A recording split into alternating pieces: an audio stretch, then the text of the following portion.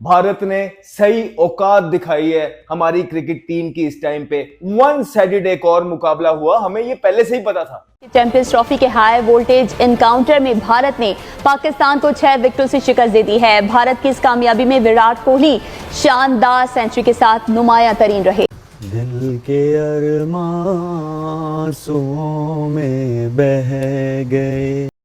Enough is enough. वो pigeon surgery हो रही थी। सर्जरी का आई डोंट नो। हम पिछले कपल ऑफ ईयर से व्हाइट बॉल में हारी जा रहे हैं इन्हीं प्लेयर्स से। अब वक्त आ गया है to take a bold step. मुझे इससे कोई फर्क नहीं पड़ता किसी के दिल में क्या है क्या नहीं है, कोई क्या सोचता है क्या नहीं सोचता, कोई कितनी नफरत करता है कितनी नहीं करता। I don't really care about it, क्योंकि मैं सपोर्ट करूंगी क्वालिटी को, मैं सपोर्ट करूंगी टीम को। विराट कोहली को क्यों कम बैक कर रहे हो भाई? विराट कोहली पागल हो चुका है यार। वो आपको यार उस बंदे बाबर आजम कोई किंग नहीं है, किंग यही है विराट कोहली। क्रिकेट का किंग कौन? विराट कोहली। क्रिकेट का जाली किंग कौन? बाबर आजम। ये अब हर एक की जुबान पर है। इतनी कोशिश की कि आपको बैक किया जाए थ्रू आउट, लेकिन क्या रिजल्ट क्या है? आपका चैंपियंस ट्रॉफी खत्म हो गई है। आप डिफेंडिंग चैंपियंस थे और आपने पहले 2 मैचेस के अंदर ही आपकी डिफेंडिंग चैंपियन वो पड़े हुए हैं।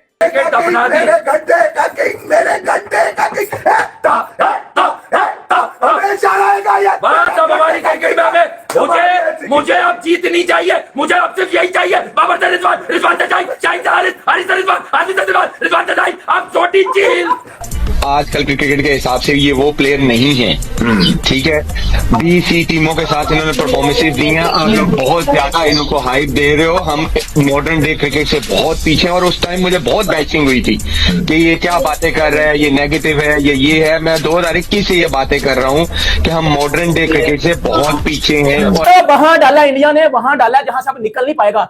ये इंडिया जिसको बाहर करने आए थे ना, तो वही जाएंगे, इंडिया को बाहर करेंगे, ये करेंगे वो करेंगे। लेकिन विराट कोहली एक ऐसे प्लेयर है कि विराट कोहली पूरा साल उन्होंने रन ना किया हो और उन्हें पाकिस्तान के अगेंस्ट खड़ा कर दिया जाए तो विराट कोहली नहीं काबू आते। भाड़ में जाए ऐसी क्रिकेट, खड्डे में जाए ऐसी क्रिकेट। समझ आ गई?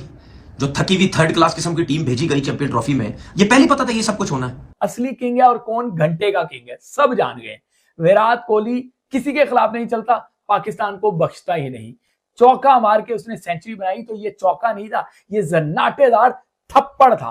किसके मुंह पे? जाली किंग के मुंह पे, जाली किंग के हवारियों के मुंह पे, जाली किंग के पैरोकारों के मुंह पे, जाली किंग का प्रोपेगेंडा करने वालों के मुंह पे। 29 साल लगे पाकिस्तान में आईसीसी का बड़ा इवेंट लाने में। जब ये इवेंट की मेजबानी हमें मिली तो फिर एक और महाज खुल गया, प्रोपेगेंडा शुरू हो गया। पाकिस्तान में हो पाएगा नहीं हो पाएगा, सेफ है नहीं है, और फिर कहीं जाके हाइब्रिड पर बात बनी। उसके लिए भी हम तैयार हुए।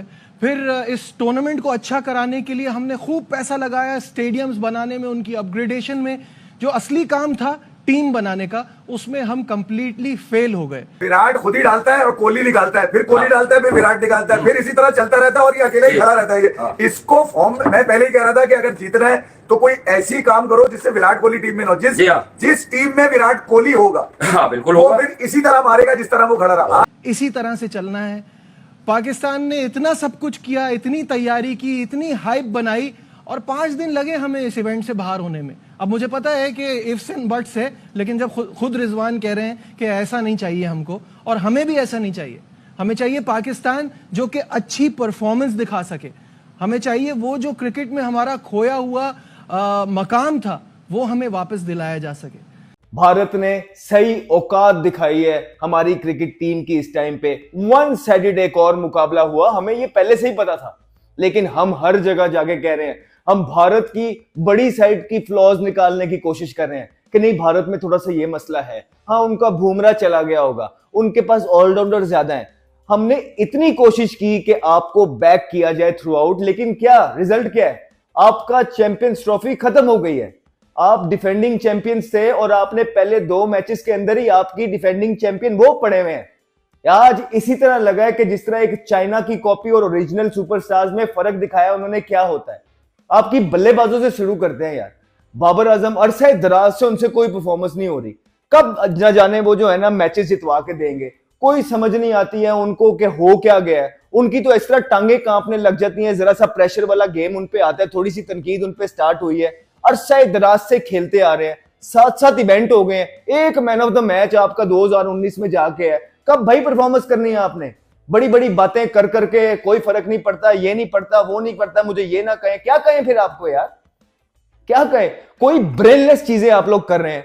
चाहे आपकी वो कप्तानी थी अजीब, कभी आप डिफेंड करते हैं, कभी आप पहले बैटिंग कर लेते हैं। और भाई दुनिया में आपको पहले भी बोला है, जिसकी बैटिंग लंबी की होती है उन्होंने, वो उस पे बैंक करते हैं। आपने आज फिर जो है ना, पहले आप बैटिंग कर गए, बैटिंग करके आपके वो इमाम आया, आपने उसको 5000 किलोमीटर लेके गए और वहां जाके जो है ना उसने रन आउट हो गया वो जाके। तो भाई ये आपका स्टार्ट था। उसके बाद सऊद शिकोली और रिजवान, और यार आपको पहले भी बोला है दुनिया की मॉडर्न डे क्रिकेट अब आगे चली गई हुई है।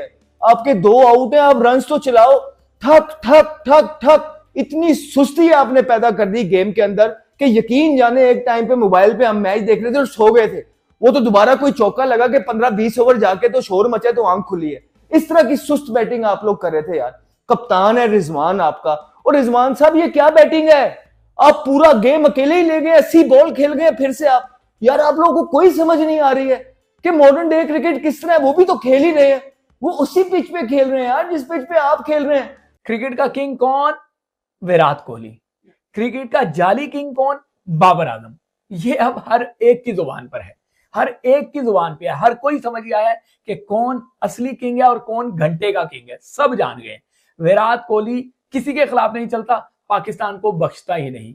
चौका मार के उसने सेंचुरी बनाई तो ये चौका नहीं था, ये जन्नाटेदार थप्पड़ था।